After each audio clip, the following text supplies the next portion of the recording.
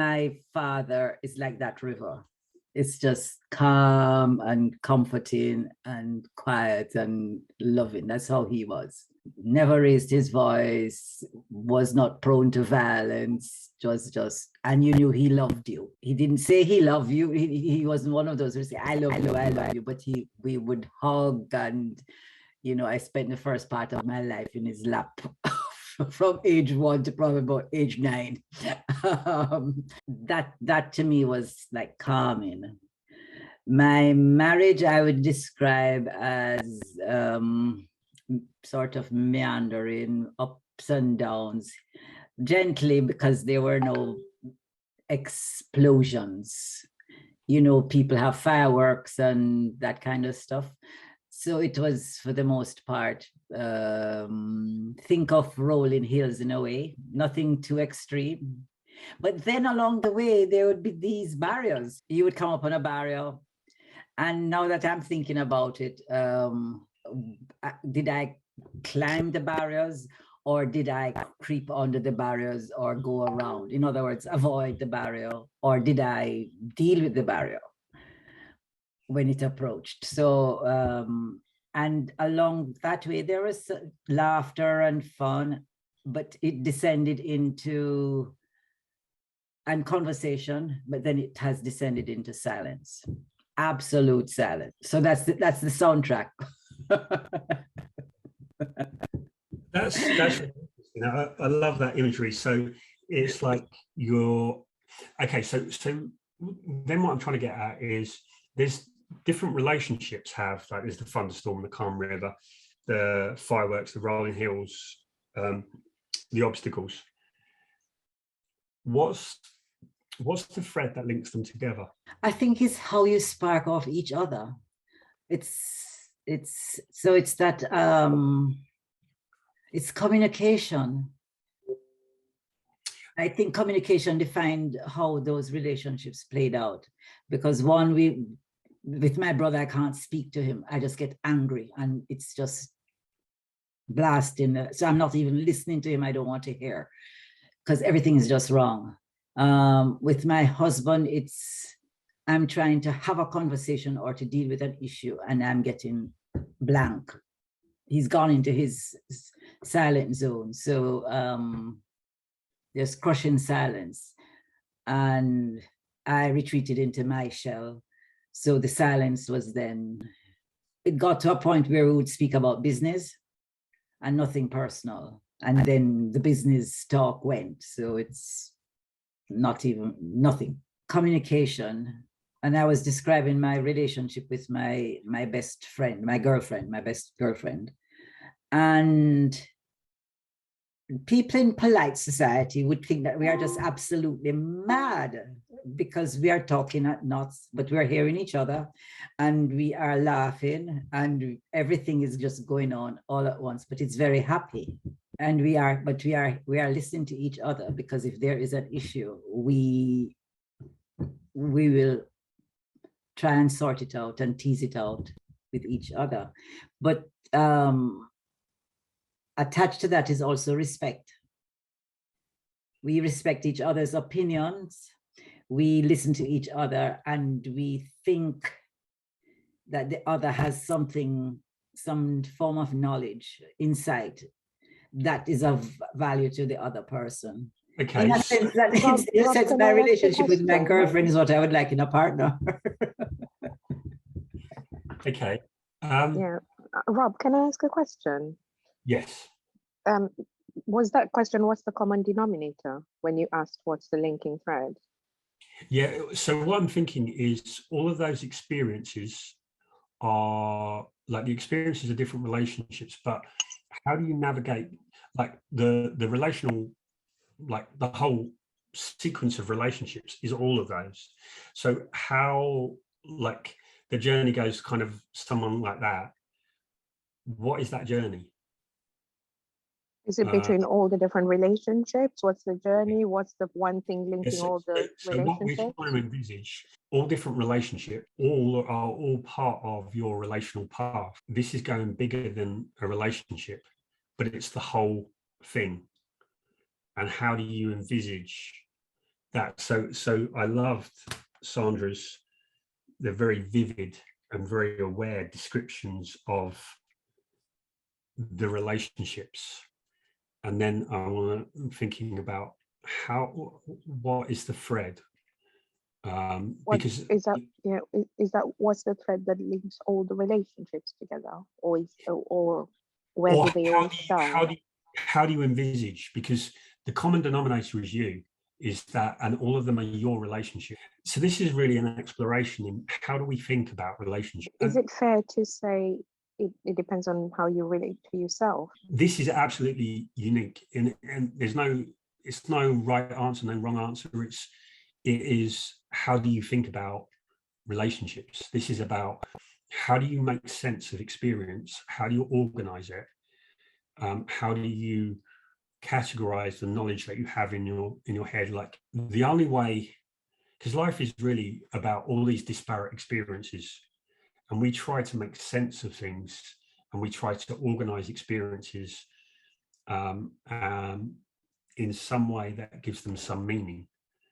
And so this is really about being aware of how do we think about our experiences of relationships. So if you look at people talking about smooth sailing, people talking about choppy seas, obstacles in the way, the whole fairy tale idea, all of these are ways that we envisage relationships. And so when we know this, it's like Jung said, if you make unless you make the unconscious conscious, it will forever control you. So when you're aware of the way that you think about relationships, you're aware of how you're going to operate within relationships. So I'm going to later I'm going to distinguish between two paths that I see, which are really about fundamentally different approaches to relationship. All of us have our own way of making sense of relationships. So what we're really doing is really delving into the structure and the architecture of thinking about relationships. Okay, so one way that I think of people when I'm talking to someone and it's about a relationship or a relationship problem, I'm looking at it as if that person, like there's a lock, and it's like a locksmith trying different locks, different keys to find what's going to unlock. Because there's no, like, you could say the same thing to 10 different people and get 10 different responses. And so this might seem really vague, but this is the way that you make sense of a partner. When someone says, I see red, it's literal that they probably do see red. What people say is generally exactly what they are thinking. It's the way that they're thinking. So what I do is listen really closely to what someone says, and it tells me the imagery that's going through their head. So I don't see the exact picture, but I know, like, the metaphor that they're going to respond to. So if someone talks about it's like climbing up a hill or it's like climbing a mountain, I know that the way that they're envisaging it is that this mountain, and that also tells you where someone's problems are. When you understand the metaphor and the way that they're envisaging the situation, it might be that the metaphor that they use is one that isn't going to work as much in that. Just to respond before we go to Veronique, someone asked for a example, and that's it. What, an example of how someone thinks? Okay, so someone might be talking, this is a common one. Someone might be talking about their partner and saying it's like talking to a brick wall. And so that immediately tells you that one person's stonewalling. And the reason that they're talking to a brick wall is because the other person's shut down. And so you think about, what is a brick wall? A brick wall is unresponsive. A brick wall, you get no response from. So I don't know if that's concrete enough. Does that make sense? If you look at people... Sorry, Rob, can I ask a question around that? If somebody was to use that, sorry, let me switch off my head. Analogy, so they're saying it's like I'm speaking to brick wall. That means the person's, I'm assuming the person's shut down, isn't it? What would be the best approach in relating with the person at that level, in that moment in time, you know, when you feel like, oh my God, it feels like I'm speaking to a brick wall. So I'm going to be, that person has already stonewalled. I'm feeling like I'm speaking to a brick wall. Is that the best time to retreat and like say, okay, maybe this is not the best time to have this conversation? What do you think? What would be the best approach? Okay. Because there must be a reason why there's stonewalling, isn't it? There's a reason why they've shut you out. They're probably not feeling heard by you, or they've tried so many times to get heard by you and you just can't seem to hear them where they are. That's why they would, I'm assuming that's why they would stonewall. So what would be the best way to deal with that? To leave them. It means typically it's men that stonewall, and typically it's because they're flooded with emotions. And generally their only response they have is to shut down, to be violent. So you just need to leave them. And it may be 2 days for them to fully. So when it looks like someone has no emotion, has no feeling, actually they're overwhelmed by it. And it can be 48 hours for them, for their stress levels to come down. So it means that you can't have any kind of productive conversation at that time. So you just have to leave someone to regulate their emotions. And probably if they are in that emotional state, it probably means they're not used to dealing with emotions and able to regulate them. So the best is something you can't really deal with in that moment. It would be dangerous too. But they wouldn't necessarily tell you if they get overwhelmed by emotions. So they're not the ones who are going to tell you. So you have to be quite self-aware to know that they're stonewalling. And then how do you then open up that conversation after 2 days? Because if they stonewall as a way of dealing with emotions, doesn't that mean every time you go back to that conversation, they're going to stonewall again? No, not necessarily. Stonewalling means that they can't cope at that time. So what that means is that you need to get it at an earlier stage.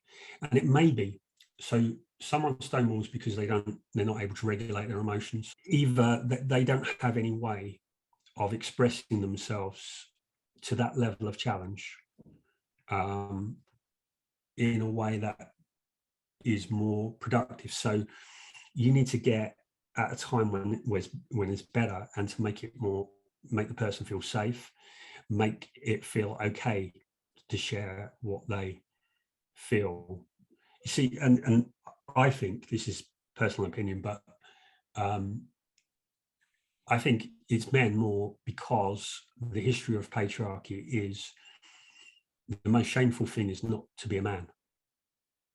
And when someone, there's whole loads of, this is, so it's really understanding the way that someone thinks and the imagery that someone thinks.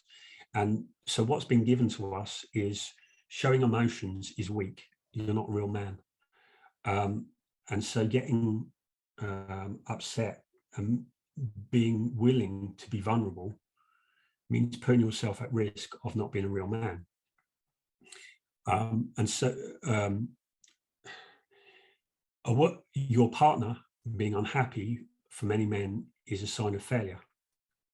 It's a sign that you're not man enough. You're not a good enough partner. You couldn't make her happy. And so that can lead to a lot of shame. And what shame does is shut down conversation. So all of the ways that people are told, man up, stop being a little girl, stop crying, be a man, you're a boy, you should be strong. All of these things lead to shame when someone doesn't feel like that. And it's that someone's responding to more than you. So the most helpful thing and the most productive thing in that situation is when they're feeling good and you're able to share that and talk about it in the way, like, if you can link with, okay, so this is patriarchy, look at how men are struggling, but without it being about them.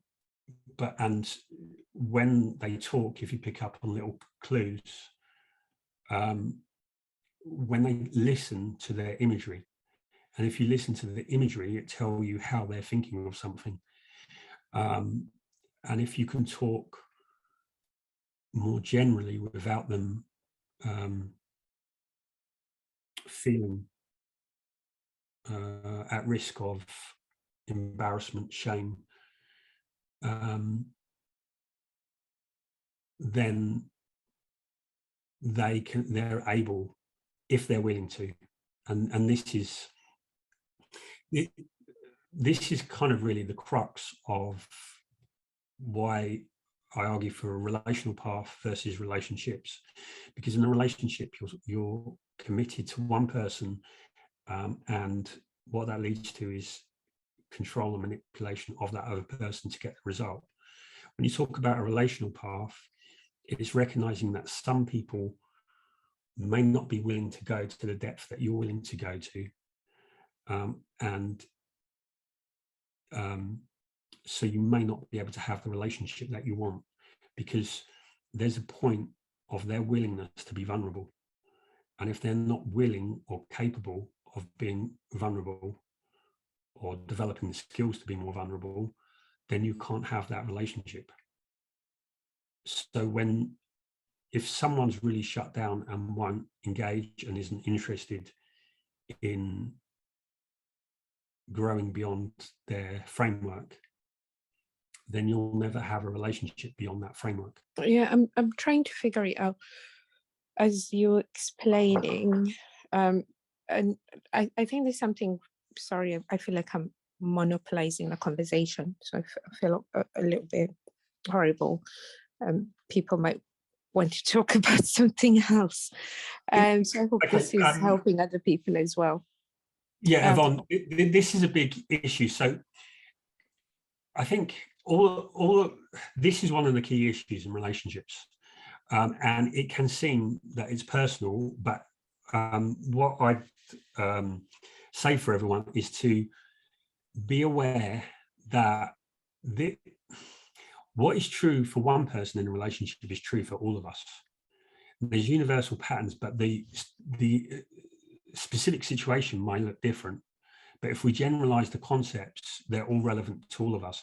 And so what you're really expressing is a difficulty with a partner who's not as aware and not as willing to be vulnerable to grow the relationship as you. I think that, is that summarizing the situation? I was actually thinking about it in terms of my kids. My partner is the other way around. It's like very emotional. My partner is the other way around, very emotional rather than stonewalling. So I was going to ask that the other side of that, whether it's the same equation, same side of the same coin, just on the other side, like like really emotional, when upset, like super, and he's doing a lot of work now, really trying to regulate, and we actually had to take time out for that. It's like, okay, now you have to do your thing, and I had to move out. But I can see a lot of work is going into it. But I've got two kids where one's quite an introvert and one was quite an extrovert, and one has to learn how to regulate emotions in terms of expression, and rather than just saying what they think. But the other one, when upset, quite stone walls. And that's what I was thinking about. But also the dynamics, because this is something that I think differently from most people. A lot of people talk about relationship and they think it's a specific romantic relationship. It's all of the relationships. And a relational path is you have all different relationships. But it's exactly the same. At the core of a relationship is a person connecting with another person. And the more artificial rules we put in, the less natural connection we have. I think it's interesting with children. As a parent, you see completely different, like there can be polar opposites between two children. And it's not that one is better than another. It's just, you just have to take someone wherever they are. And it's about deciphering the enigma of each person. What are they really made up of? And how do they express emotions? And yes, yes, I understand. With children, you don't have it's not like you're choosing whether to engage or not. It's the relationship where children and parents, you don't really have a choice. So I'm guessing about teenage years. Nail on the head. Yeah, teenagers. Yeah. Teenagers. Yeah, some of that's going to be hormones, and also there is something interesting. I think we said this last week, but there's teenagers of social mammals create conflict as a way of stay in the pack or don't be in the pack. And Sandra talks about it being like the incest and inbreeding, like evolutionary function, so that we leave our family. So there is all of that. Yes. Yeah, so a teenage boy, first thing is everyone's going to tell them that they're wrong. And I think it's really important that with everyone, we never make people wrong, but we help them where they are and to find what works better for them. I think the whole process of school and socialization is a process of trying to get people to fit into someone else's idea of what you should be, so that you can fit into someone else's system. And the problem is when we make relationships like that. So probably all through school, he's been told, shut up, sit down, do this, do that. There's all those kind of things. There's finding identity, the anxiety of, can I make it? Am I good enough? Do I fit in? Where everyone feels that they're missing something. Probably all of that. Yeah, it makes sense. It's just not an easy ride. Yeah, I'll say something quickly. I talked with Swat and Sam and in the breakout room, and what theme was common between the three of us seems to be like the security, like warmth, and that's what is the feeling of connecting with someone. And I thought about it, like how sometimes when you try to get to know someone, you kind of feel like there's like this difference between, like, some people connect physically right away, while I personally and Swad and Sam think I like more like they need a lot of time, like to see that this person is trustworthy, and the physical contact is out of question until that is established. And that means like communication, trust, and security. And I remember that's what said that she thought of some person that in the past really could trust, and she saw gold in that person, like golden, color golden, and she associates like warmth with these colors like gold and orange in people. Yeah, I found really interesting. I'm not that visual, but then when she made me describe like a place. We all thought about outdoor places. She thought of a field, and I thought of pretty much a picture like the one in my background with the starry sky and the sea, because that inspired me. I saw like there is a meetup in York with meditation walks under the starry sky. I thought that's really beautiful. Yeah. So, but that's kind of like an ideal image. I'm not sure if I would describe a relationship like that. Like, seems like. I love that. I love the, so that's someone who's very, I'm guessing very kinesthetic, that they feel things and warmth and through temperature. Yeah, because we always talk about people being warm and people being cold. And I like the envisaging it as different colors. And then there's the point of connecting intellectually, physically, intellectually, emotionally, intellectually, physically. Yeah, and I had noticed your background, and I think that's really interesting. One thing that might be interesting to do while you're listening on the call is if you could, if there's an image that comes to mind to envisage, like the type of relationship you'd like, could you find an image and make it your background picture? And then while anyone's doing that, thank you, Elisa, for. Okay, so I mean, we touch a lot on my query with Yvonne. The relationship is with my mother, and it's a deadlock. And I've even been, because I was trying to go forward, you know, for Mother's Day. I'm in London. I'm thinking, yeah, and don't come near me. I don't want to see you ever. You know, I mean, it's the kind of thing that is really upsetting me, especially that she's beautiful to my children. And I mean, it's really deadlocked. And, you know, I still love her. I mean, she's a bitch, but I still love her. What can I do? And as a result of this, I'm actually becoming sick, you know, and my symptoms are very much, I've done a lot of Ho'oponopono. I understand totally why she's like that. She's like you described, you know, emotions, and she can't see, she can't, I mirror so much to her that she can't stand it. And I can stand her, but she can't stand me. So I need to communicate with her. And my daughter told me, you know, she just doesn't like the way you live.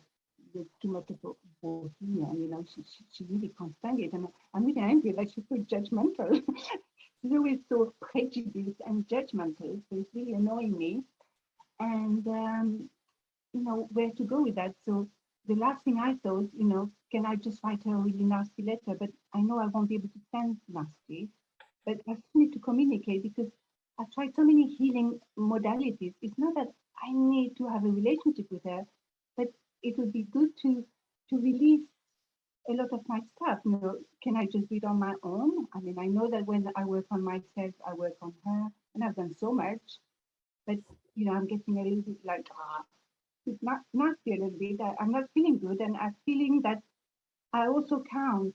I count as a human being, and she's my mother. I mean, I know that a lot of people don't mind not having parents, and I don't mind to be not with her the whole of my life.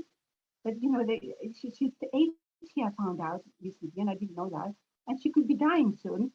I just would like to have like a last word with her. I don't know how to break that. Yeah, so deadlock is a, yeah, it's quite clear, isn't it? And it so when you're working with that imagery, what that's like feeling stuck, isn't it? Which you've articulated. When we get stuck in a relationship or in conflict, or like the relationship dynamic, we have to look at our construction, like how we've constructed the person. So when you envisage your mum, how do you think of her? What does what representation, how would you represent your mum if you were going to describe her? And well, I mean, I always felt love, and every time I go towards her, like I write her beautiful emails, and my daughter said she will get annoyed with that. Don't send her love letters. you know, like it really makes her like very upset because I love her. I love her because lately I found out, you know, before she rejected me at birth, she rejected me throughout my life. And now and then we get on very well, and I love her as a person. I think she's being, you know, she's very artistic, she's very creative, but she's very judgmental. But you know, I don't mind all that. So my view of her, she's a beautiful woman. She's a beautiful being. And what was I going to say about this? I forgot now. But so so so she can't stand that I show love to her. She can't stand it, and I know she's not in love with herself. That's why. See? So you've described her in certain characteristics, but if you were going to put that, like, okay, so if you just think of your mum, the person, and if you were going to use an analogy or a metaphor, what would you use? If I look now at this moment, she's very judgmental, and she's very nasty in her deliverance towards me. That's how I look at her right now. Okay, if you were to describe her as an animal, She's a lioness. okay, so so how does that make you feel? She can't touch me. I mean, yeah, she does touch me. Sorry, two sides. She touches me in the, but she can't really touch me. It's very difficult to explain. One, she touches me, and another moment, there's nothing she can do to me because I'm very myself in myself alone, but not in relation to her. Okay, so like a lion or a lioness, I'd be scared of. I'm scared of her. Of course, seems... I just saw her, and that's what I think she is. She's a lioness, but I'm not scared of her. Okay. Yeah, no fears at all. Just very much like dislike on how she's treating me. Okay, dislike how she's treating you. She has no respect. She can't show her emotions. She's completely locked down. She's very in pain. She's very hurt. Mm-hmm.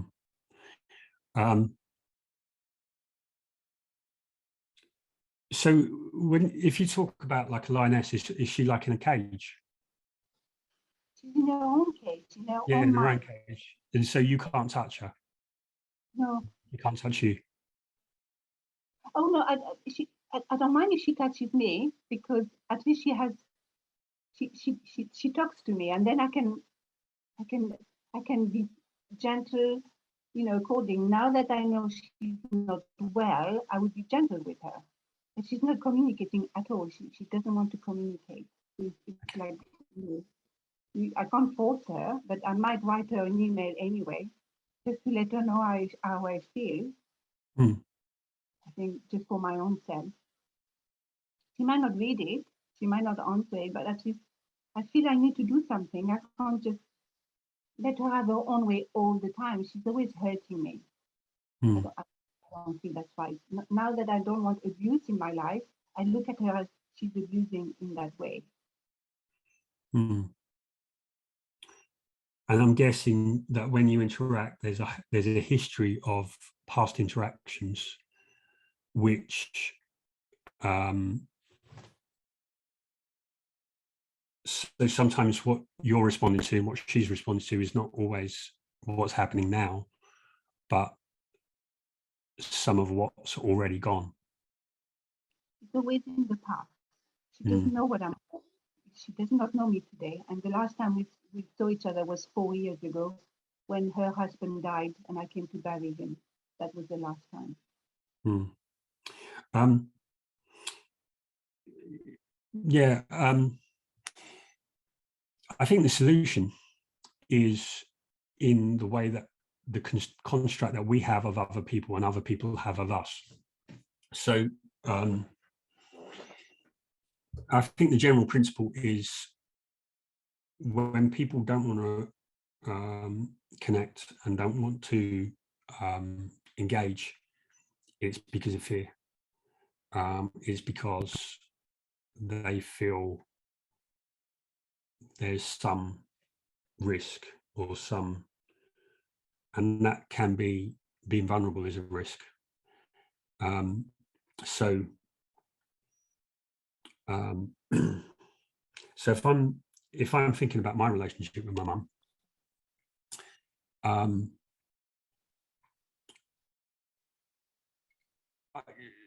it wasn't hostile, but if so, she was Catholic, and was always saying like you should go to church and you should all of this kind of thing, and I would talk about it and I would ask her questions, and I remember reaching a point and she said, I'm not going to talk with you anymore about this. She said, because you'll change my mind. And sometimes there's where someone is locked down because they're not willing to take a leap to the next perspective. She came over from Ireland 7 or 9, I think, and got bullied for talking double Dutch and all of those things. And so she felt she lost her accent and was always defensive of any kind of criticism. And so she's now got advanced Alzheimer's.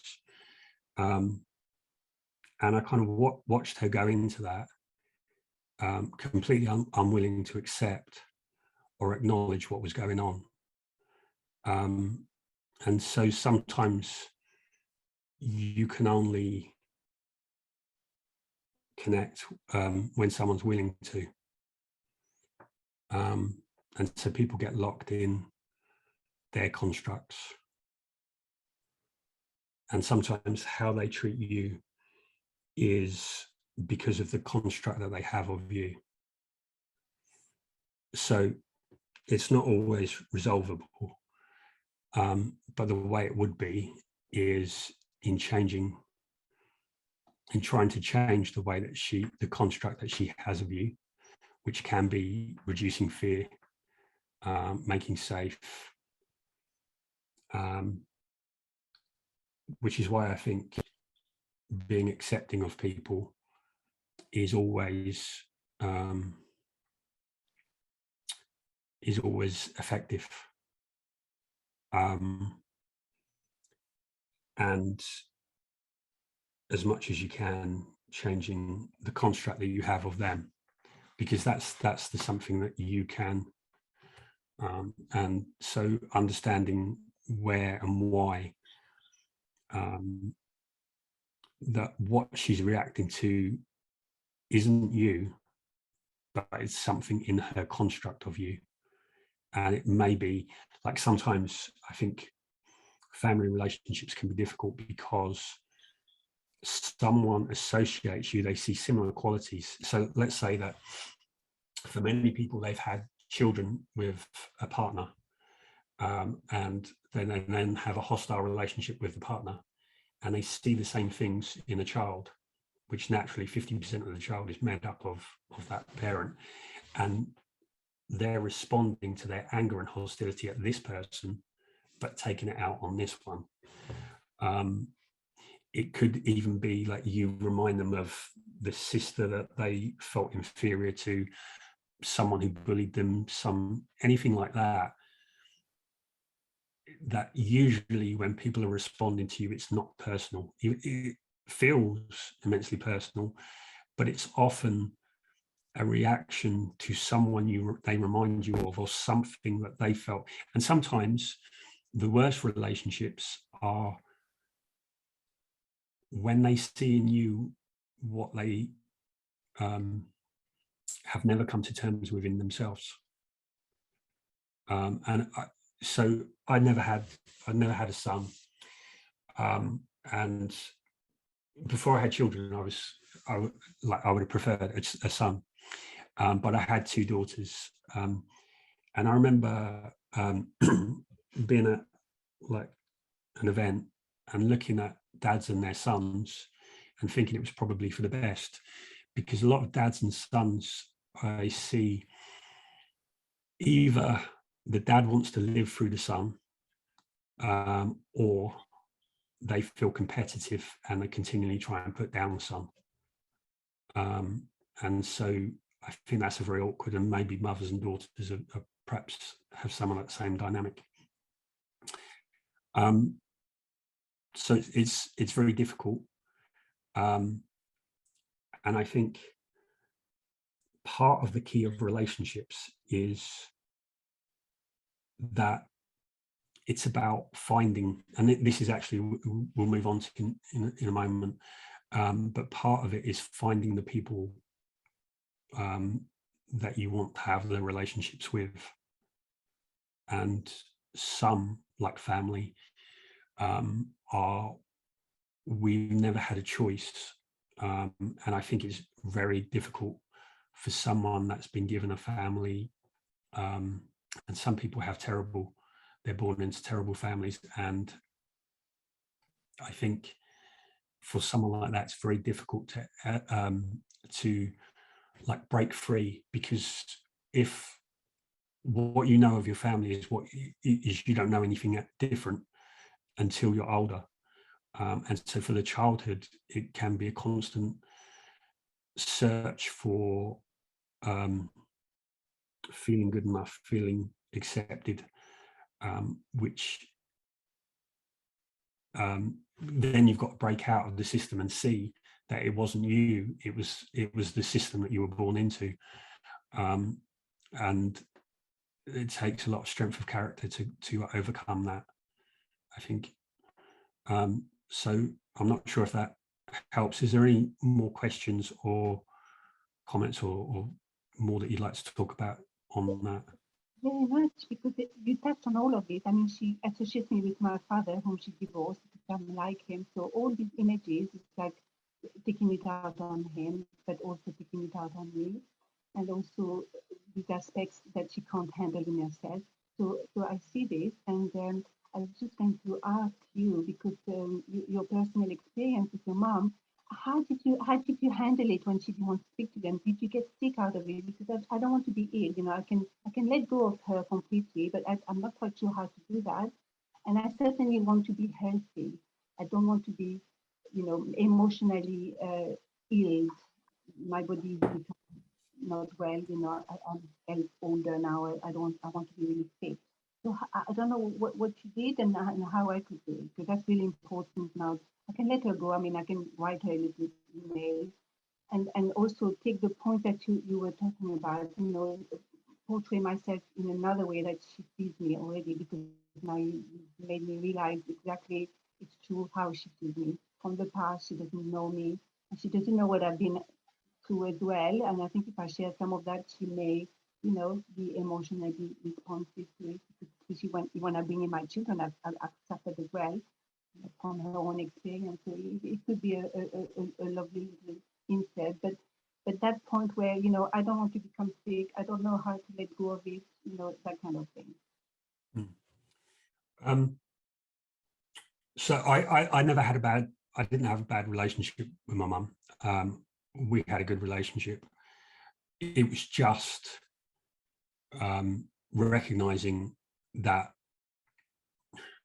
she wouldn't be honest about anything that made her look. I remember once, and it was just like she'd reacted to something, and it was just an observation. I just said to her, "You're very sensitive," and she just went off. She, "Oh, I could say things about you." And I said, "I didn't say anything bad. I just said you were sensitive." But for me, it was just understanding that what had happened in her childhood had made her never want to seem weak, and to the point of like the process. It took about 3 years to get her diagnosed with Alzheimer's, and her sister like I think what we had to do was try and talk to the doctor and try and get them to trigger a test, because she wouldn't go. And so we talked about like evidence and what her sister had said and all of this, and the doctors or the doctor had then told her all the different bits of evidence, and she came home and she rang up her sister and she wouldn't talk to her, and she just wouldn't engage. But for me, it's more sadness of she just wouldn't. She was going into this thing that must be scary, and even now, I mean, she's asleep probably about 22 hours a day, but even now she can't find the words. You know, part of it is you just don't have the words, but she's always come out with like flip comments to distract. So yeah, for me, it's just accepting that is that's her choice, her path, and it's not. There were things that, you know, like you look back on, and I think one of the things that she would do is she would, I suppose, that she'd learn is there would maybe be a bit of shame, as in, like, oh, you know, that's to try and strengthen her point of, like, if in an argument or something like that. But yes, so it was never like that hostile, but it's just accepting it's their construction, if that makes sense. But it's very difficult, and I think the trouble in dealing with people is that you're dealing with their constructs, and it's also their willingness to see their construct and go beyond it. So this is, for me, so if I talk about like the difference of the relational path is, if we talk about relationships, we're constrained in changing that person. If we talk about relational path, it's about what do you need and where from. So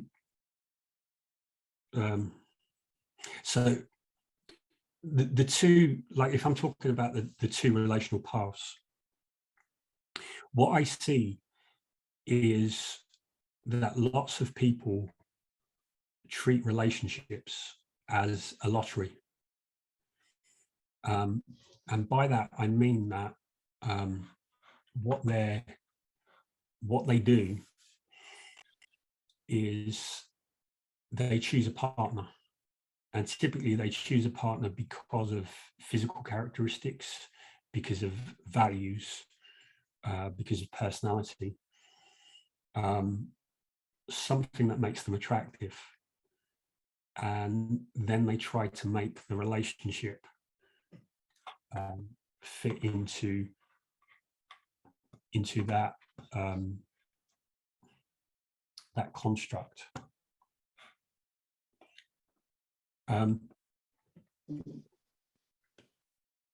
So we just find, so this is the relationship lottery versus,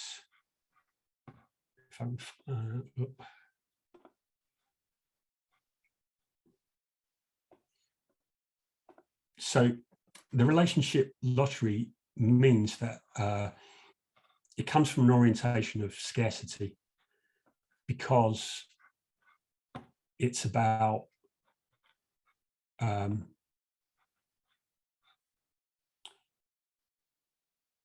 being in the relationship, as opposed to as opposed to being on the relational path.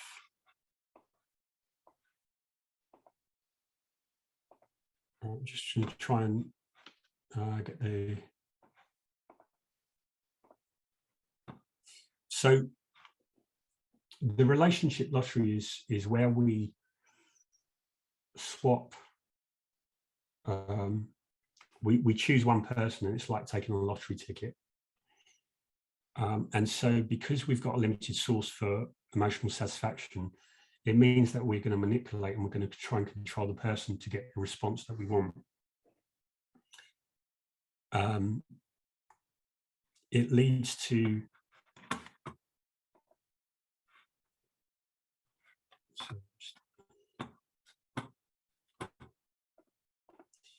so it leads to that poor communication because we're trying to get a result. It leads to passive aggressive behavior or manipulative or controlling communication. Getting our needs met seems to depend on getting our way. And relationships are about fitting the person that we want into the relationship that we want. So it's literally like trying to take a square peg and to fit it into a round hole. Whereas I think the relational path is about an abundant mindset, and it's that the world is full of people who can supply our emotional needs, people that we can have the relationship that we want with, but it's about finding our way to them. So it's about navigation as opposed to trying to make something fit into what it doesn't, or finding the person that we can have the relationship that we want. And the relational path is about clear, open communication because it's based on finding the people who respond to that, as opposed to trying to get a certain result out of the other person.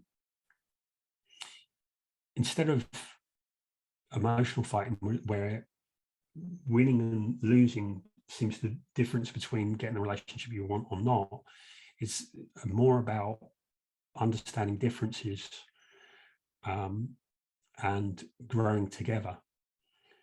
And so connection is more about organic connection, as in you connect and you see how it evolves and how deeply the connection goes, rather than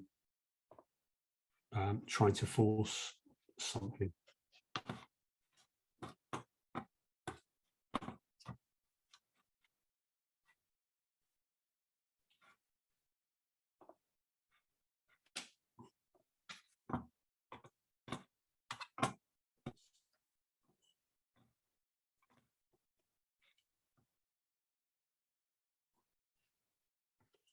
So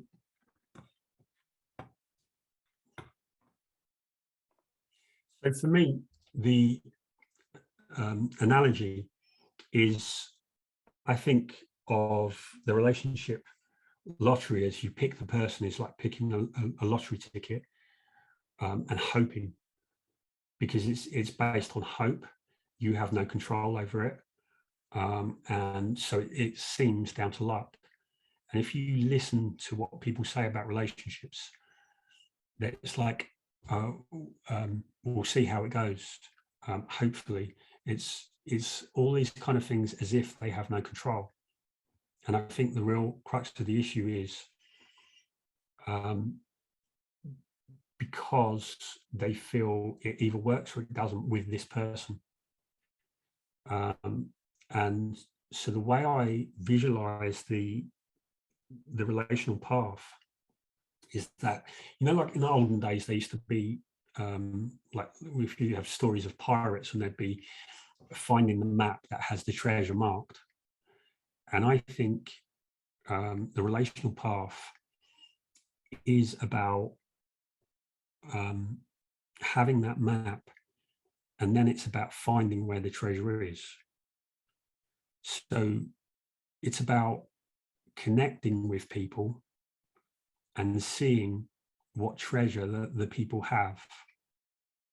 So when typically when people are dating, it's like they have this checklist. And statistically, if you look at the amount of people that people are trying to manage, and they're trying to manage if the person's this height, it looks like this, has this, is solvent, has this sense of humor, all of these things, and they think that that's going to lead to the relationship that they want. But people, the treasure is deep inside the person. And it's only when you reach that depth that you know that you're able to mine what the person has and whether it has that treasure that you're seeking. So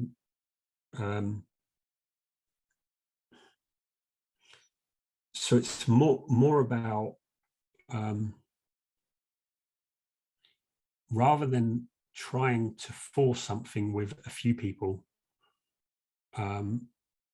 trying to understand and get clear of what you want, and then find the people that have that treasure within them. So I think relationships are about 4 stages. It's about talking, and when I think of people, like a couple talking, I think of a couple walking along like a path, and so it's walking together, and it's going on this journey of what you'll find. And when we talk, whenever any 2 people talk, it's that, like, the journey is going to go on until there's a point of difference. And a point of difference is like you're on 2 sides, and there's like a chasm between you.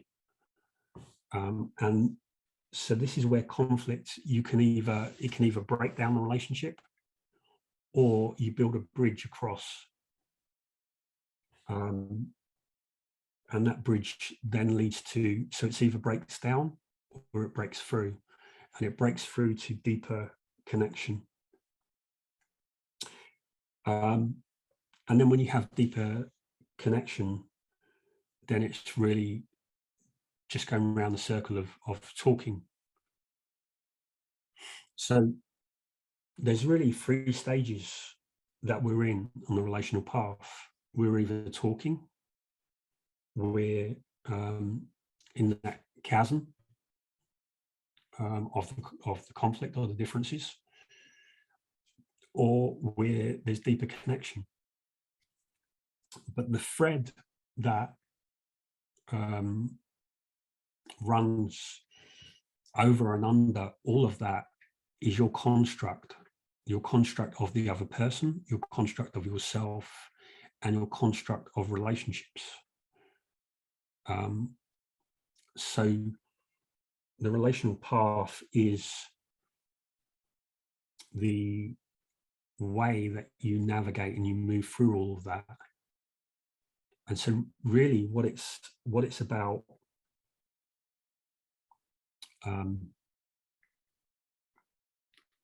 what it's about is really, what do you need?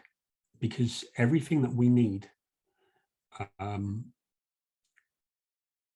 everything that we need that we can't fulfill ourselves, comes through relationships.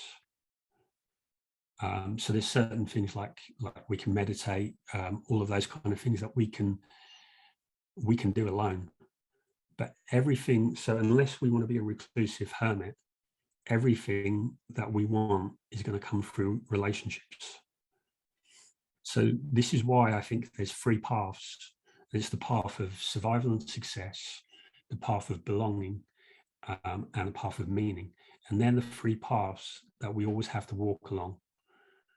And whenever we're walking along those, there's always discomfort, there's always conflict, and there's always fear.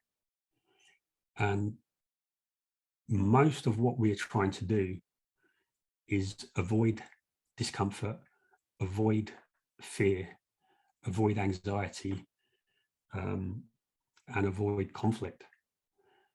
And so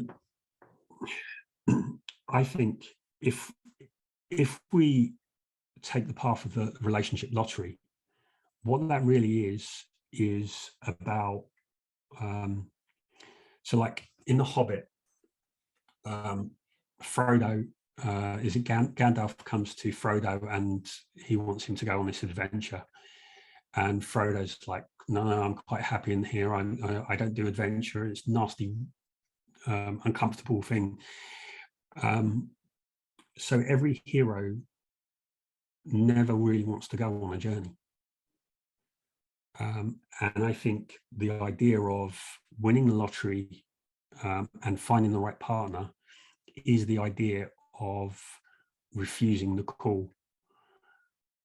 Because I think in life, we only find ourselves through the challenges that we experience. And so the relational path is being engaged in life. The relationship lottery is wanting to get, like, win the bounty, the boon, the treasure, without being on the path. And the three enemies of the relational path are the three ways that we avoid engaging in the relational path or engaging in life. And that is blaming, shaming, and gaming. And so gaming is really, I don't feel good enough. So I'm going to find the trick, the technique, the impression that I can give. That means I can get the treasure that I want without really showing myself. Blaming is feeling, blaming is, Brené Brown says blaming is a discharge of pain and discomfort. And it's really the little tantrum that we throw because we just don't like the circumstances. And so blaming is attempting to blame other people or the situation for, because we don't really want to go on that journey. And shaming is where we're saying the partner is not good enough. They need to change. And why we want them to change is because that we don't have to. So where blaming is, where the situation or the other person needs to change, and all of this is to avoid engaging in the path. So the relational path is the way that we navigate through all of the relationships that we have. And it's more about, it's a bit like the hero's journey of Joseph Campbell. And it's how every hero has to go along a path that they never really wanted to, but all of their growth, all of the treasure that they find, the wisdom and the person that they become is because of the challenges along the path. So I always think of the Wizard of Oz, where the Tin Man didn't think he had a heart, the Scarecrow didn't think he had a brain, the lion didn't think he had courage, but they found that they had it all along. And to my mind, that's the construct that they had. And so I think a lot of us have a construct of ourselves, we have a construct of others, and we have a construct of relationships that makes us feel that it's not possible.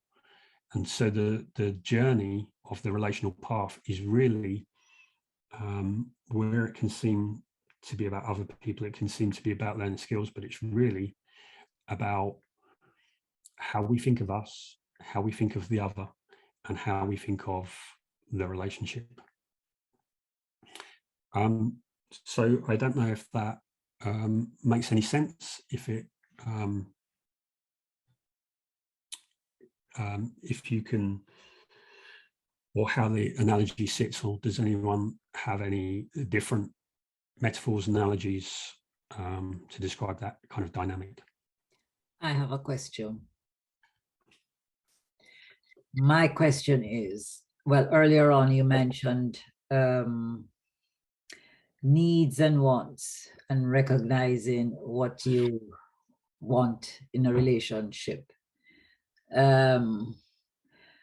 But I'm thinking that if you are too focused on what you need, you may inadvertently exclude gems that may fulfill other unrecognized needs or needs that you have not prioritized in yourself. And you could be giving or throwing away what could be really a more fulfilling or a most fulfilling relationship because you are so focused on, I don't want to use the word list, but things that you deem to be essential or that you have been brainwashed into thinking these are the essential criteria that you need to find in a partner. And this is, if you can't tick these major boxes, then you know it's a no-go. And there are certain other characteristics that are probably even unrecognized by yourself as being an essential part of you that you need fulfilling. Now, it's how to navigate that. I would think that sometimes we don't get enough insight on. And so we still go through looking at, you know, when we see someone, it's subconsciously, it's the things that we know that we should really be looking at as number 1 and 2 and 3, but we still do it. And maybe because we don't have enough, I don't want to use the word strength, but it's that conviction that other things might even be better for us than the ones that we are conditioned to seek. Yeah, that is really so. If you look at the average woman, the average woman's dating strategy is to target 6% of the male population. Just to look at facts, we have access to more single people than ever before, and yet there's more people saying there's no good men or women left. That just shows you that there's something in the strategy and the framework that people are using that is clearly wrong. So just to flesh out the statement I just made, so if you look at OkCupid, and they which is a dating app, and they run lots of research on what people respond to, what people search for, all of these things, rather than asking people what they are or they want. And even you can see lots of things where people say, all I'm looking for is someone, all I'm looking for is a man that's 5'10" and above, or 6 foot and above, fairly professional, good income, sense of humor, good with kids, values, family orientated, all of these things. But if you actually do the work, I can't remember the statistic now, but is it only 13% of men are above 6 foot, something like that? So immediately you've shrunk your like target market down, and you're dismissing people for no valid reason, because it's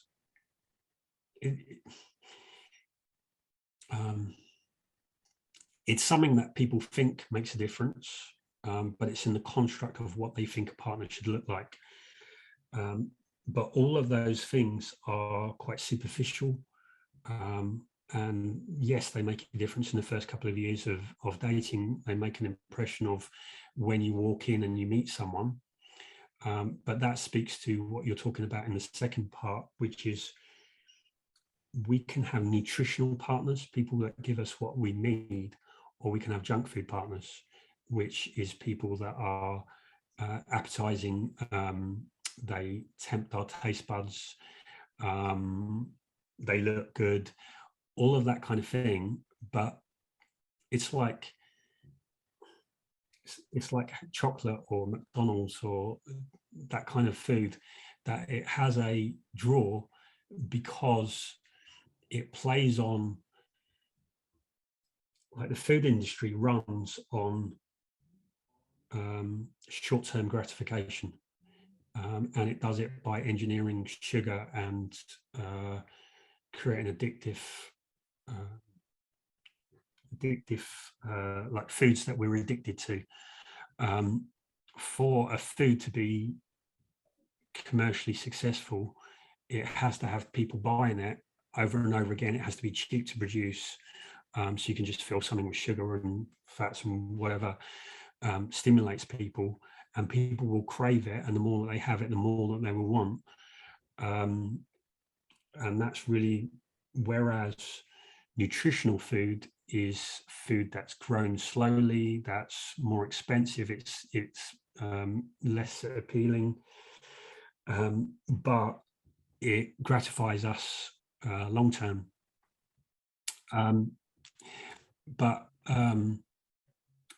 So to be healthy in our world is really to fight against our instincts. It's to recognize, so to be healthy means sleeping well, exercising, and eating well. And I don't know about you, but at night I'm kind of like, I'm not ready for the day to be over. And so it's difficult to switch off, and for me anyway, to switch off and accept that that's it, that's the day over. I'd rather not go to the gym unless I'm really in the flow of regularly going to the gym, and I can feel a sense of challenge. Most of the time, like when you're just starting off, it's like, I'd rather not go, it's wet and it's cold out there, and I'd rather just not exercise. It's recognizing that you're going to put yourself in some pain to go through it, and I'd rather eat junk that's easy than eat food that's nutritionally enriching. So to be healthy is it's really about taking long-term gratification over short-term gratification. So yeah, it is that. And I think this is, there's enough research and there's enough time that we've realized that we have to eat healthy or we get sick. There's enough link to getting sick and getting obese and getting sick and getting diabetes and heart disease and what we eat. There isn't as much, we don't recognize as much that we choose the person who's attractive, but doesn't lead to the relationship that we want. And that is really part of it. And part of it comes in our construct of what we think. So for example, a lot of people will be in relationships and they will get bored with relationships after 6 months. And they're like, what, how do I make a relationship interesting past 6 months? And it's because the early stages of a relationship are fun, exciting, and easy because it's novel. But what we really want is the oak tree of relationships, as in the one that's solid, that's trustworthy, that's we can always rely on, that's supportive. But that means overcoming our instinct for short-term gratification. Does that make sense?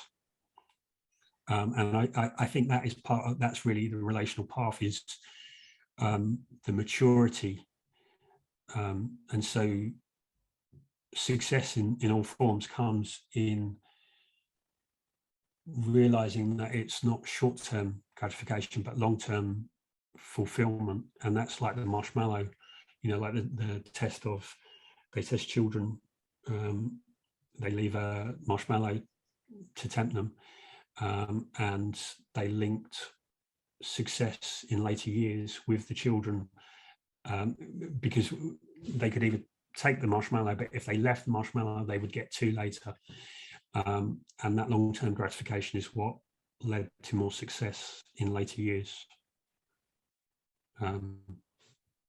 But yeah, I think really you've hit the nail on the head of that. Is the relational journey is so going back to like the dating profiles of what people are looking for is what will match their construct of what a happy relationship will be, what an attractive partner will be. But the growth, but a relationship is about growing, and it's growing through your differences. It's growing through your construct of what you thought you wanted into what you really want. And that's really what the journey of happiness as well is, not getting the things that we think we want, but in growing through the challenges to the person. So I think there's the person that we are now and the person that we are when we're happy, successful, and what that journey is about, shedding the ideas that we had that weren't true, and relationships are the same. But I think there's a conversation to be had about this notion of happiness and how you create happiness or how you obtain happiness. The notion that if you find the right person, that person will make you happy. So it's an externally driven process rather than one that is internally driven by yourself, and bringing in the elements that will complete this scenario that creates happiness for you.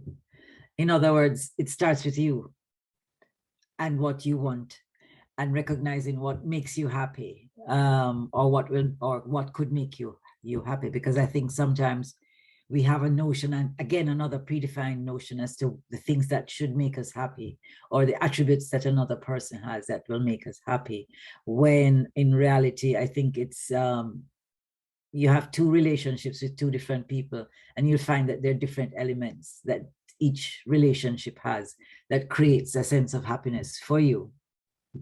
And it's the willingness, I suppose, to not have a preconceived notion when you enter a relationship as to how happiness in that relationship will pan out and what it will look like, feel like, and come across as in terms of emotion.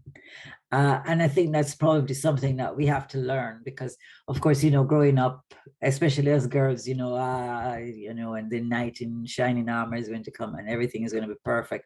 And when it's perfect, it's going to be, you're going to be happy. Now, I know several women who on the face of it have the perfect, happy marriage, perfect house, perfect husband, car, children, perfect. And yet still they're secret alcoholics because they are bored out of their skulls, and half of them are having affairs with their gym instructors and blah, blah, blah. And you say, oh my God, what's wrong with these people? Life is so, they are not happy. But on the surface, because of what society has taught us, are the indicators of happiness. They should be happy. There's never any mention of the dynamic between the 2 people who are in that that situation in the family, the two, you know, the couple, as to what each contributes to the relationship to make for what would be happiness. Yeah. The emphasis is on all of the externalities which can't create happiness. Yeah, I think love and happiness. Sorry, Rob. Carl and I had our hands up for a little while. Yeah. Okay. Yeah. Yvonne, you were first, and then Carl, and then we'll come back to this. I don't mind Carl going first because I already had something to say earlier. Oh, thanks, Veronica. It's nice. Yeah, it was interesting. There was a key point there where you talked about resistance and kind of teasing the best out of somebody in a relationship. So, yeah, even just while you were talking about that, I was thinking, no, but they can't do this and they can't do that. And then I suddenly realized that actually they're going to do that. No matter who you're with, those issues are transplantable and these things are going to happen. But so let's take you for an example, Rob. You were talking about how you used to work with troubled young people. Now, it doesn't matter what kid it is, they're going to bring their problems and their issues into this scenario. In the same way, we are human beings who are complicated. Very few of us have got through life without some sort of conditioning or some bullshit behavior or something that's not quite harmonious with connecting. So, as you would very well know, that to get the best out of them, there has to be that trust. And so if you're going to react very simply by retaliating or retorting or anything like that, that's not going to work because it'll up the ante and it will continue subconscious patterns. But now, if I heard you right, tell me if I'm wrong here, but you were saying that actually this is our opportunity and our platform to grow, to go beyond our instant reactions, even if they are a complete douche. It's having that depth and it pulls out of you a better relationship. Now, these are lofty ideals and I don't even know if I can meet them, but this is what I heard, because the minute you were talking, I saw that resistance in my mind to say, no, why should I put up with that? And they did this. And actually, yeah, that's a platform for growth, I guess. Yeah. Yeah, it's interesting that you bring that up, but when you work, like the kids that I worked with, they had learned by like the age of 9 or 10 to shut down, never trust anyone. And they were kids that would just look at the wall and just wouldn't engage. And the time when you would bond a relationship was when they had a problem. If you were kind when they had a problem, despite whatever they'd done and whatever your feelings were about them, that was the time when you would build a relationship. And yeah, it was usually when they were in need. And yeah, I think we all have a story. We all have barriers to connection.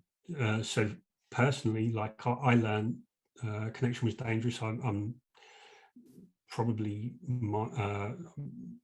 always found it very hard to connect, and it was because I learned early on, just not from any terrible circumstances, just from a misunderstanding, that it was dangerous to ever let anyone see you.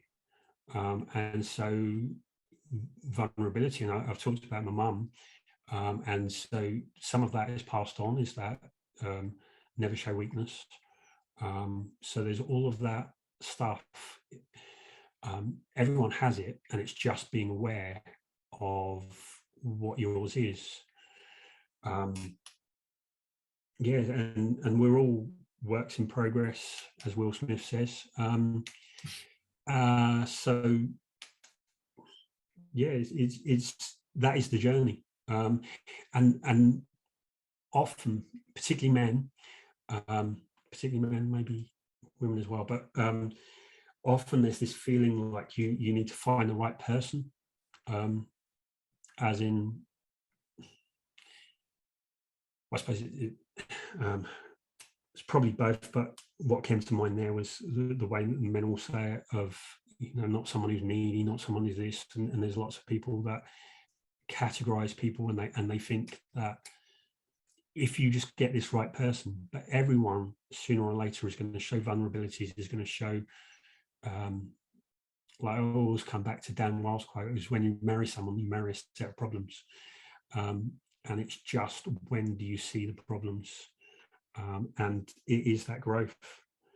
Yeah, thank you. It's good to see you, Carl, and good to have your sharings again. Yvonne, thank you for your patience. Yeah, not at all. Yeah, it's interesting. I wanted to share something that came up around, I think everyone who's shared said the same thing. It's about knowing yourself. And I think one of my biggest lessons in the past couple of weeks, and I've been, you know, trying to know myself for a long time now, but all of a sudden, like the penny just dropped a couple of weeks ago. I was listening to The Art of Communication. It's on YouTube. And the thing that came up is, if you know yourself, accept yourself, and learn to suffer, then it's going to be easier to accept others and know when they're suffering. Because like you, Rob just said, and I think I'll just say, you know, those children, they come with problems. I work with children also in inner city London, and I have a class I struggled with. And the more I knew about myself, the easier the kids were on me. If that makes sense. They were so tough on me when I was struggling with myself. But I discovered the more self-aware I was, the more I wasn't afraid to shout and scream at them when I needed to shout and scream at them, and then say to them, I'm really sorry I've got to shout and scream at you, but that is not acceptable. But they picked up from the tone of my voice that it was coming from love, not fear or anger. It was a shout of love.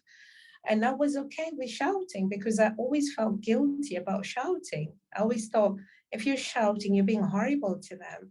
But sometimes you got to shout, you got to let it out. And it's about being okay with yourself. When you're in a relationship, you can scream and shout. And I think, Rob, you said this last week, you can scream and shout and conflict is okay. But it's only ever okay when you know you're okay. You know that, you know what, I've got to let it out, but I'm not letting it out and attacking the person. I'm letting it out because I need to let it out at this moment in time. So it doesn't matter what anybody else does. It doesn't matter if anybody else is horrible, quotes unquote, to us. It's about knowing they're just being themselves at the level of awareness that they are, you know, and they might be doing it out of some sort of fear. And it's meeting them there. But the only way we can do that is if we are comfortable with ourselves and we learn and love and accept ourselves with our vulnerabilities, so that we can then accept other people at their vulnerabilities. When that, you know, when that person is saying nasty things, if you like, they're not doing it at us, you know, they're displaying something in them that's hurting. And it's about recognizing that heart. And, you know, it's always easy to do because it hurts. But it's like not personalizing it, if that makes sense. Yeah, it does. Thank you. Yeah, and it's not easy because it's scary. Like, that vulnerability is scary, because there are all these feelings of being rejected, not being accepted, not being good enough, you know, all of those issues. So yeah, I'd agree with you, but I think I would even go a little bit further. I would say it's all about knowing yourself. And then I think couples get bored. Couples get bored with each other and say, oh, we've been together 20 years, I know everything about them. And it's the level that you know yourself. There's also that depth of knowing your partner. And there's an equal depth to knowing the dynamics of the relationship. People will always ask for relationship tips. What do I do here? What do I do there? But every relationship is unique. And so that the dance of those dynamics is unique. And so all of it is nuance. You could get rules and principles, but they will seem to, like, I sometimes write or I talk things and I think I just exactly contradicted something I said before. And it's between the starkness of that, it's in the nuance is real understanding. It's no one is clear black and white. It's in the different shades. But yeah, thank you. And how we relate and how we take other people is often about how we feel. So when someone triggers us, it's usually because they make us afraid. Something in them makes us afraid, or something that we're afraid of. Okay, just to go back to Sandra's comments, there was a lot in there as well, and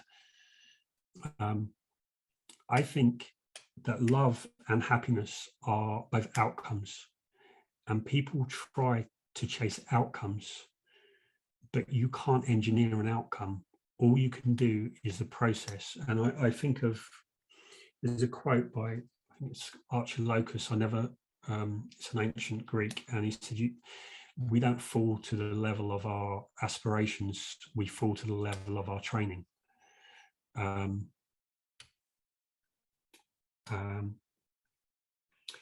it's what we do, it's the process of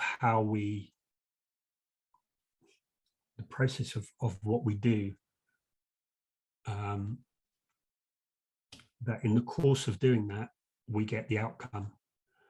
And people try to change, to engineer and change the outcome, but actually the only thing we have control over is the process.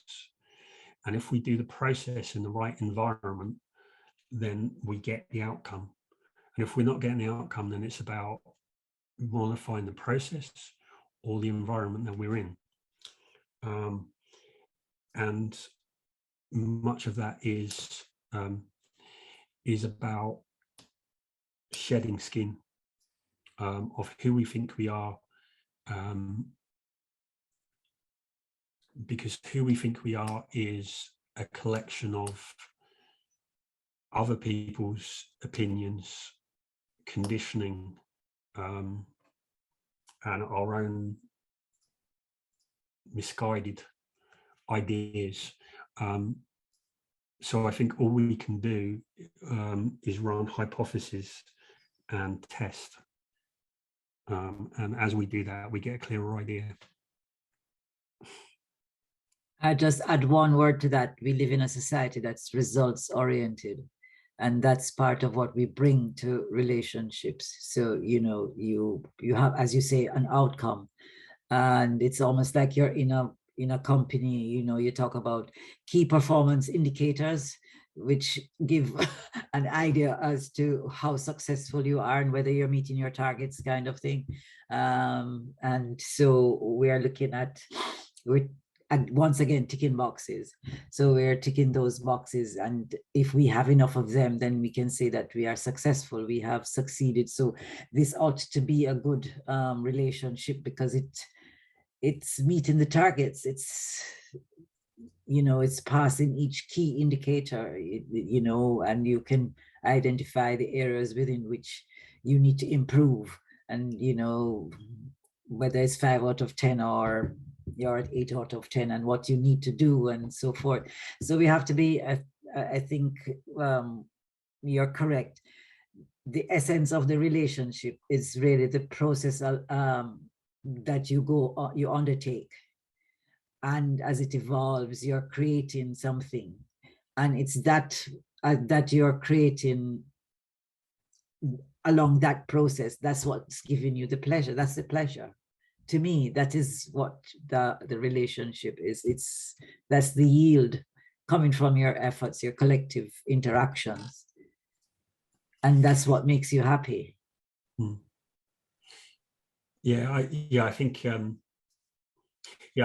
really, ultimately, the goal of the relational path is not the relationship, but it's freedom from relational stress.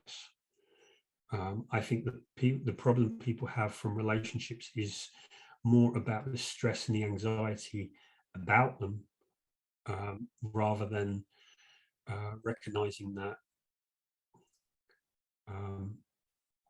it's really about the freedom to be yourself and belong. And it's the ultimate is really when you get free of relationship stress or relational stress, you become free to be. And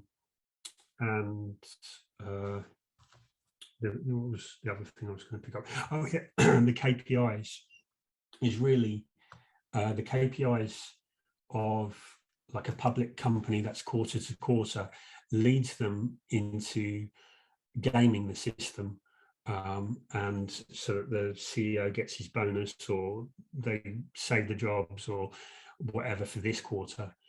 But if you look at 3 of the biggest companies of Apple, Amazon, and Tesla or SpaceX, and you look at the way that Steve Jobs, Elon Musk, and Jeff Bezos completely disregarded the quarterly, and they thinking like Jeff Bezos, I think is like in centuries rather than quarter to quarter. Steve Jobs was like his thinking was much longer term, and Elon Musk, I mean, he's thinking about colonizing Mars rather than making a profit next quarter. And I think it's the same in relationships. I mean, when you look at Warren Buffett, really made his money on long-term thinking and just patience and good strategy. And I think what's true in one field is true in every field. Yvonne.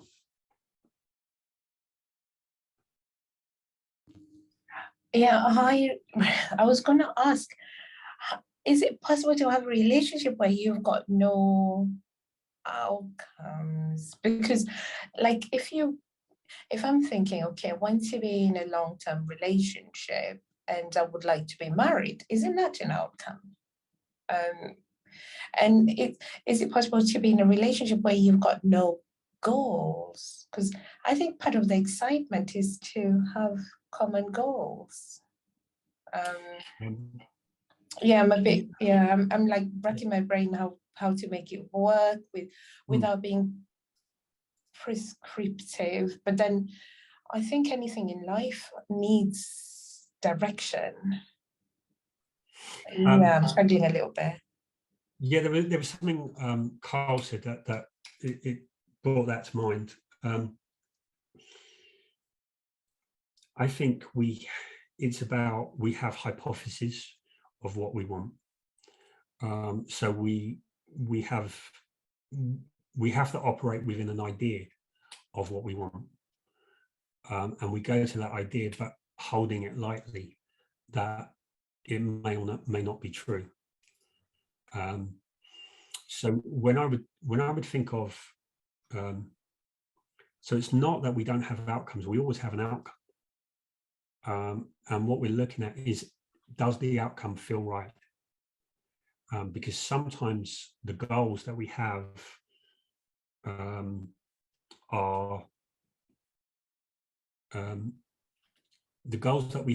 are misleading.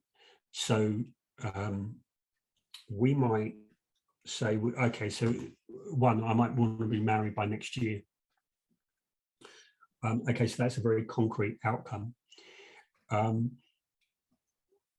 So I think, like, if you remember the levels of conflict, you want to take that from concrete to what does that mean? Like, what does marriage mean? What does marriage within a specific time mean? And so marriage is a symbol for a state that I think that you're looking for in a relationship, which is perhaps more like, what would that mean to you?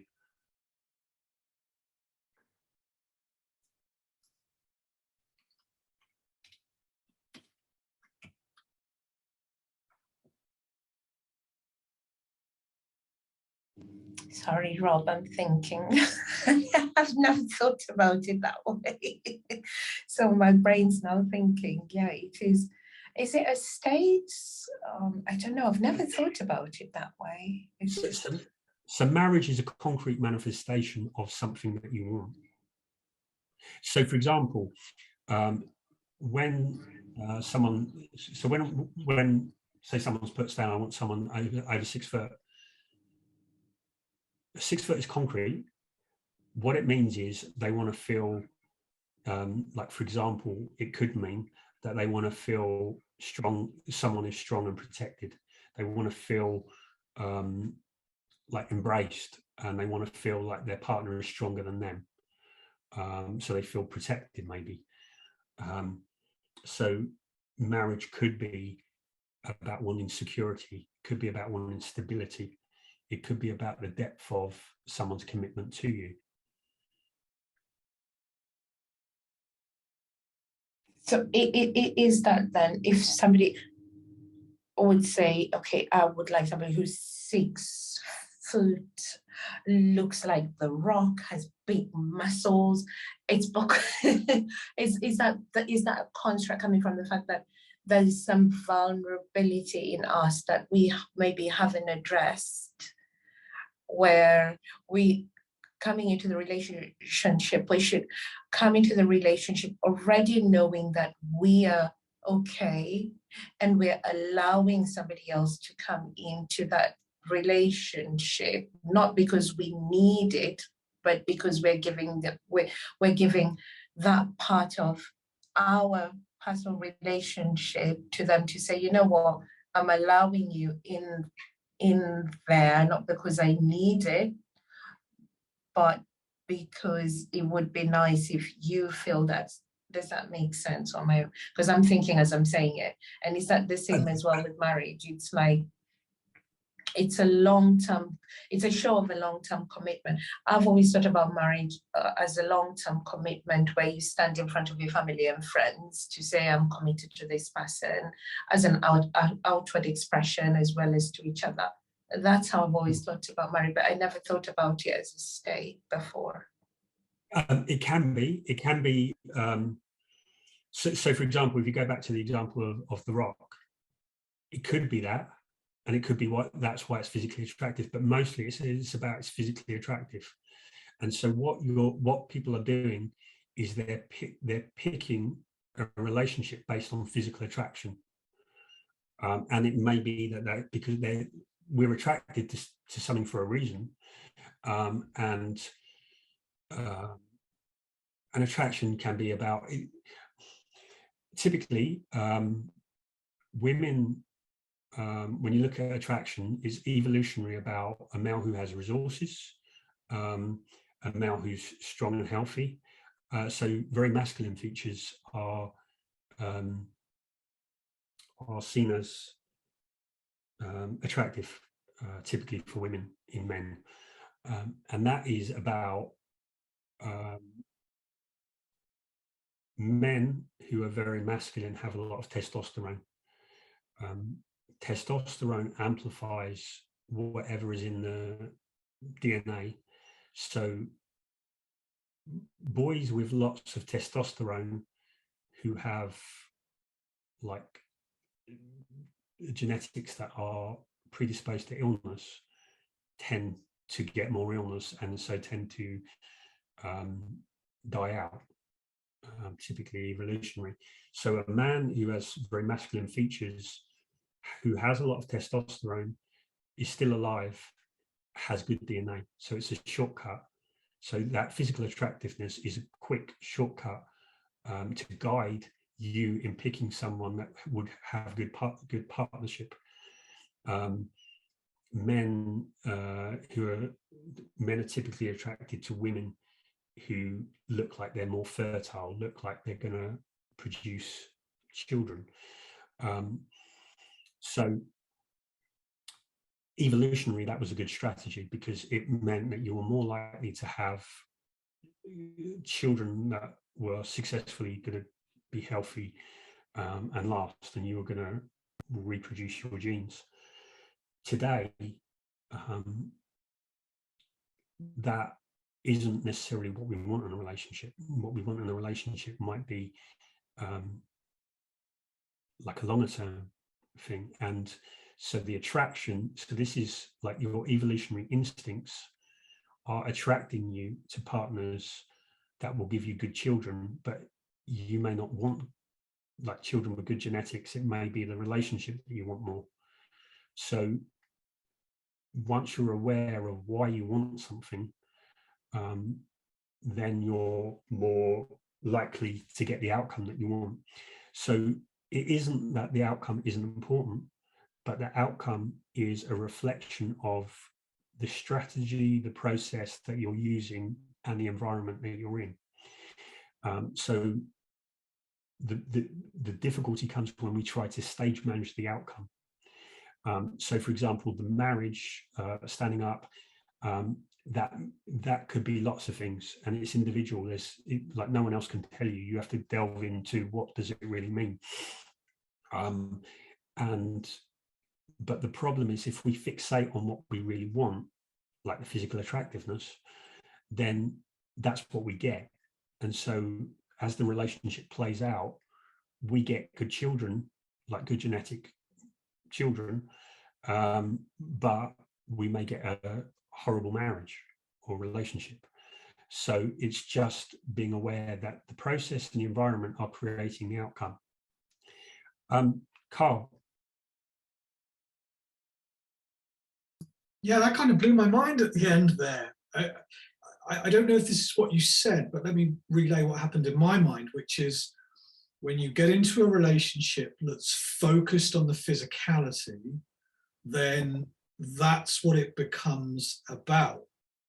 But by that measure then, what if, I don't know, this is just thinking out loud, but what if someone's really hot, but you're actually more paying attention to what they were saying and how they were feeling than their breasts? I mean, would it have a different result if you attempted to do that? It may be that the person that's really hot, and whether you're looking at the breasts or not, it could be. But you've picked a partner based on the physical attractiveness, which may or may not lead to it. And it might be that person does have that treasure that you're seeking, like wrapped up in a pretty package. But the problem is that often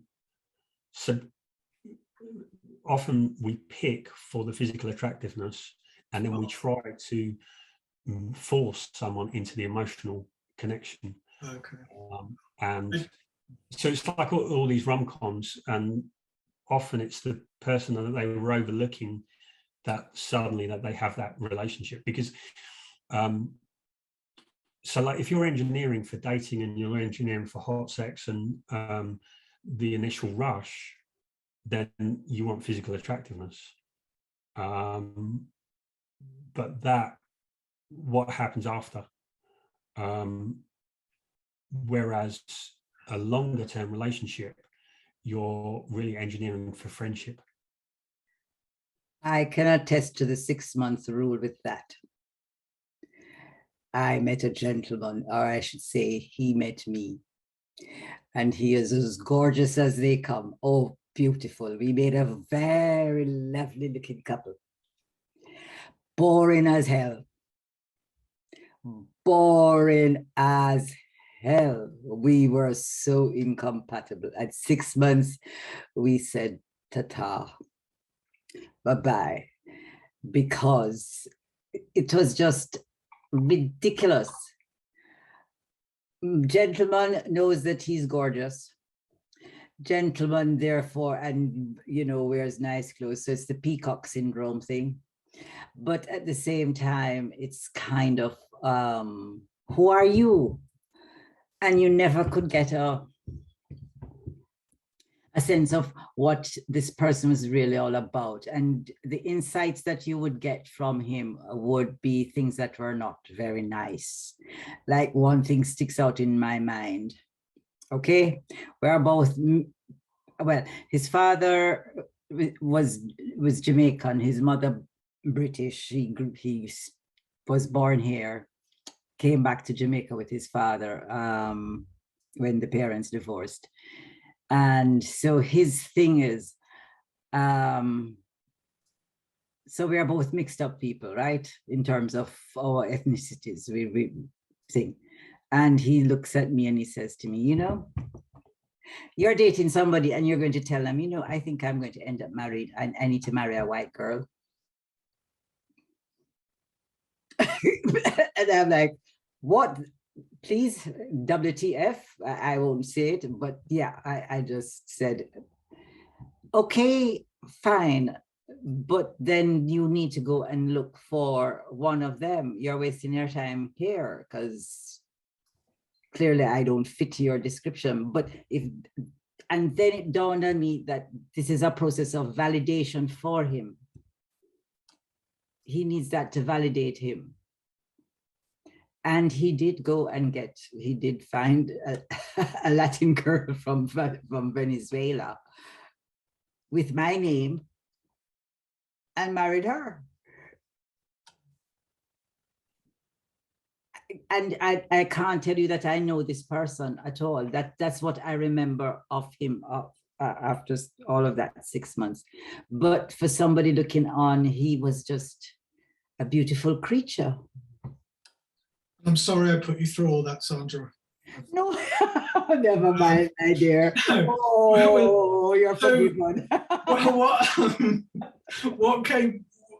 Please, Rob, please cut me off at any point if I'm not on point with the topic or you feel that it's not what was spoken, because I don't want to do that. But what you were talking about is obviously connecting on a deeper level with somebody, surpassing the superficial. But what cropped up in my mind is, and this is quite a frank thing to say, but it's no different than any other time I come to speak, and that is that how important is sex?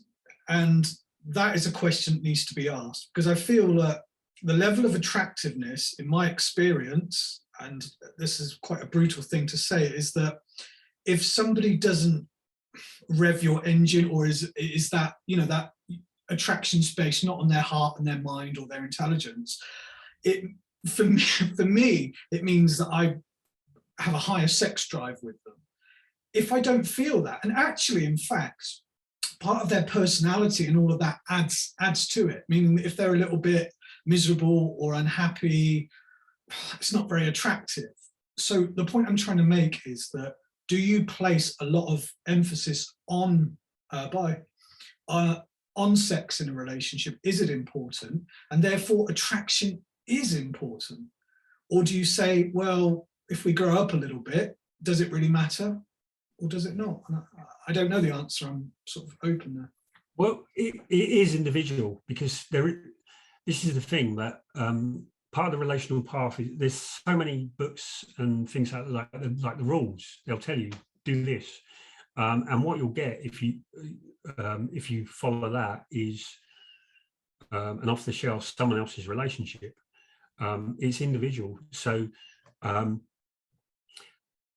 I would say, if you look at the biggest topics that people argue about, it's sex, money, children. So yeah, it is for most people. And definitely, since you brought it up, it is. A relationship is a friendship with sex. sex is the only real thing that distinguishes a romantic relationship from any other relationship. So attractiveness is important, because you're only gonna be interested in someone that you find attractive.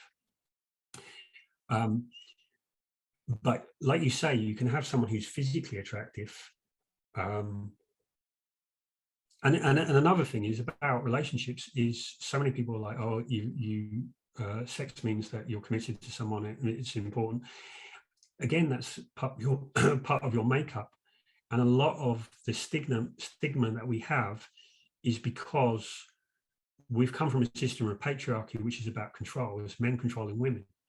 And men are jealous. Men don't want a partner that's been around. So all of these stigma come from those insecurities. But there's no reason that you can't enjoy someone physically. It doesn't. Not all relationships have to lead to long-lasting, like marriage. But the prettiest person becomes ugly with the traits that, like, if you just have no respect for them, sooner or later the friction becomes so much that that relationship has a shelf life.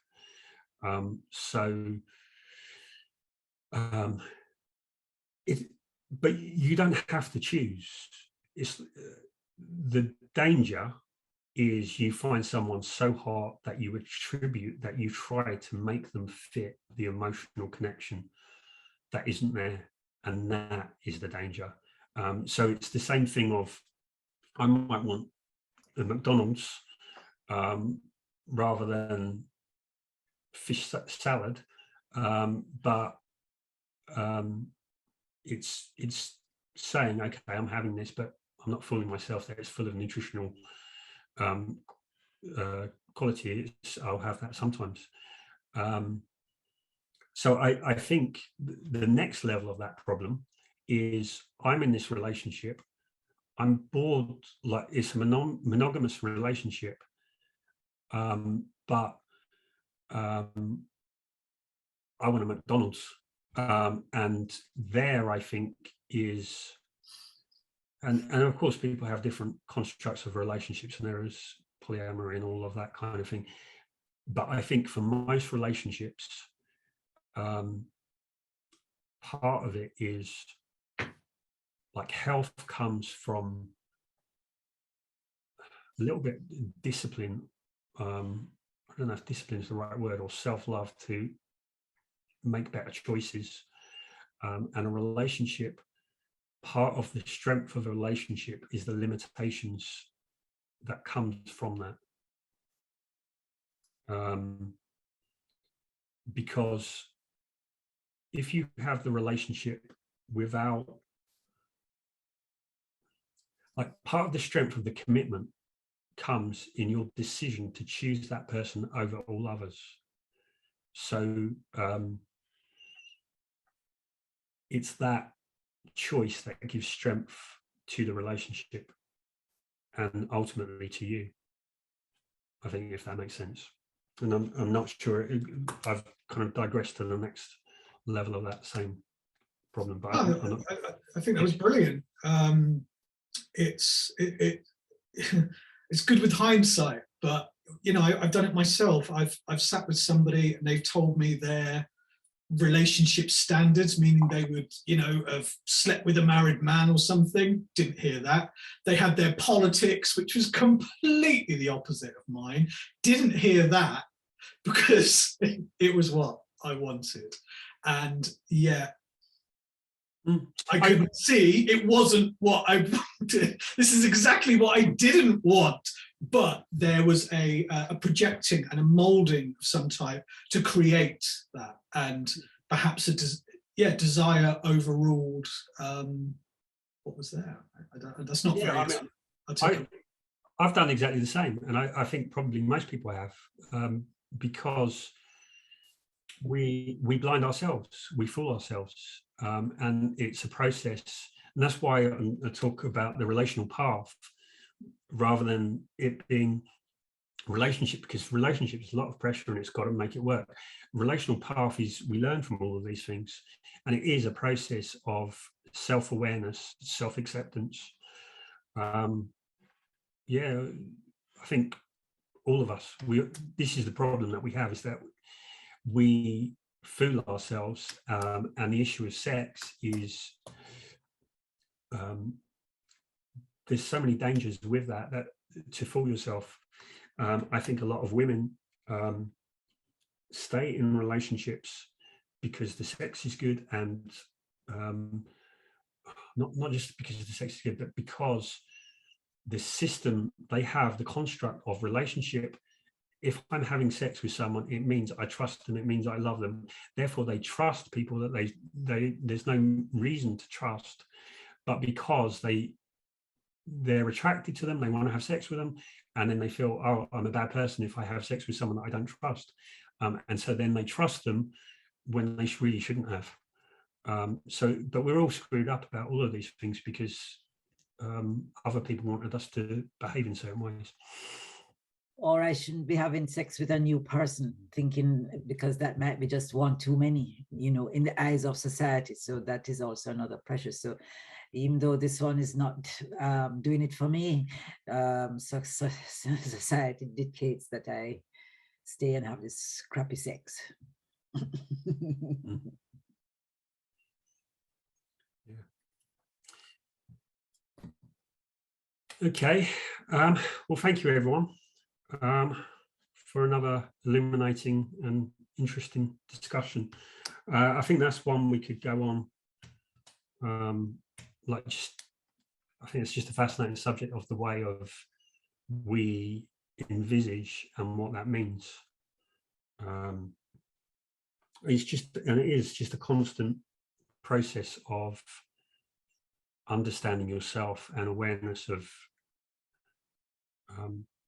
that really the rules we put on ourselves and the ideas we put on ourselves are often the barrier to what we want. Yeah, if anyone, we've run over again, but if anyone's got any closing thoughts, any imagery or any metaphors or anything else they'd like to share before we close up.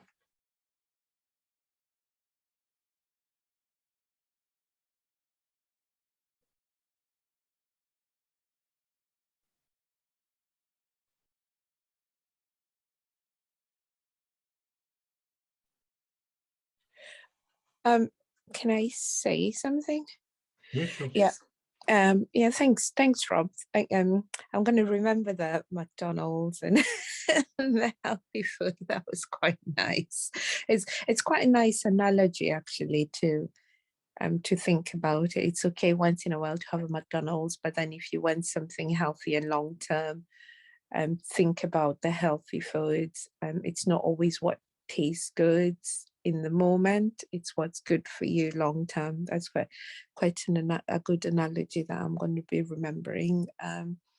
I think that the thing as well, maybe I could leave there, is rather than look outside on what somebody else is doing, to look inside at what I am doing and what, like if something is triggering me, then that means there is something within me that I need to learn, because relationships are about bringing us to a certain level of consciousness. That's what it's about, really.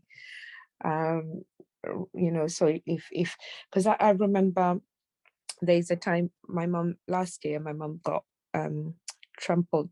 Don't laugh, it's really funny and it's not, but she got trampled on by her cow. She has a cow, and so she went out and it was quite early in the morning, and there was this like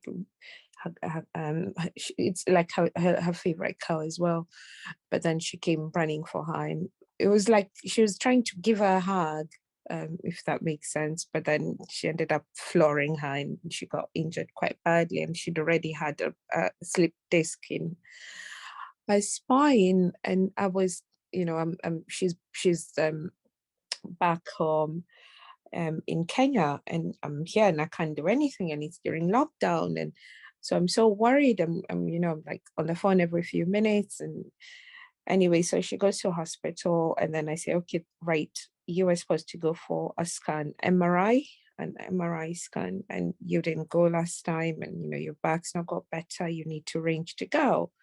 And and she refused. She like flat out refused. My mom hates the MRI machine because, you know, she's just decided she's not going to go and have it. And I was like, you've got to go and have it.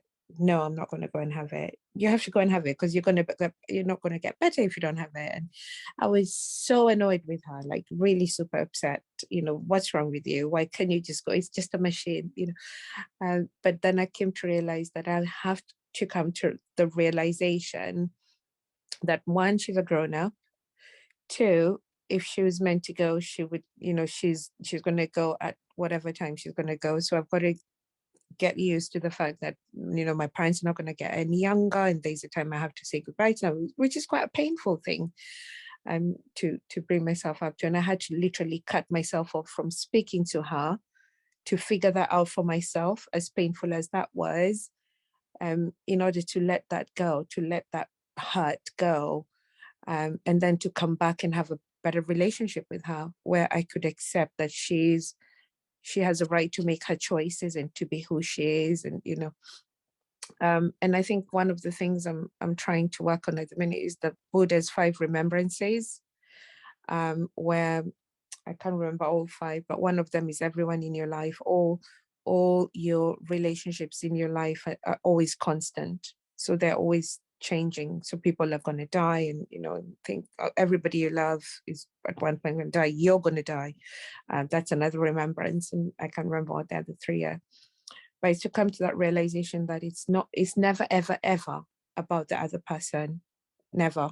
You know, even when it looks deliberate to you, it's never, ever, ever about you. It's always the other person's journey, and whatever it is that we get triggered by what the other person is doing, it's not to take it personal. And I think that's one of the hardest things, you know, with work, with children, with parents, with partners. It's not personal. It's that everyone always treats you how they treat you at their level of consciousness. And it's okay. It's about allowing them to go through their journey and allowing yourself to go through your journey. And you're not perfect, they're not perfect, and it's accepting everyone as they are. I don't know if that makes sense, or I'm just babbling. It does, exactly, because that is exactly what the relational path is about. It's about how you navigate all of those relationships, because people will be people, and it's how you are in relation to them, because you can't change them, but you can just navigate around them, and how you conduct yourself on that path. So yeah, and the other thing that comes to mind when you talk about that is there's never been a time when it's harder to do that, because when you look at Facebook and Instagram, they're really built on engineering and triggering all of those things about ourselves and comparing ourselves. So it's the most challenging time. And what's Carl, hard as well is everything in the world. People keep talking about all this toxic this and narcissist this, and it's like everywhere, and everyone's like diagnosing people now. So it's so difficult to accept people for who they are when all this messaging coming from everyone. It's about all this judgments being thrown by writing and, you know, YouTube videos and all sorts of different things. Yeah, very true. But thank you so much, Robin. Thank you for letting me blabber on. Okay, thank you for your sharing. Carl, is your hand still up from before, or? Oh, sorry, yes, it's still up from before. Yeah, my bad. Okay. Okay, anyone else before we go? Okay, right, well, thank you everyone, and have a great week, and catch up next week. Bye.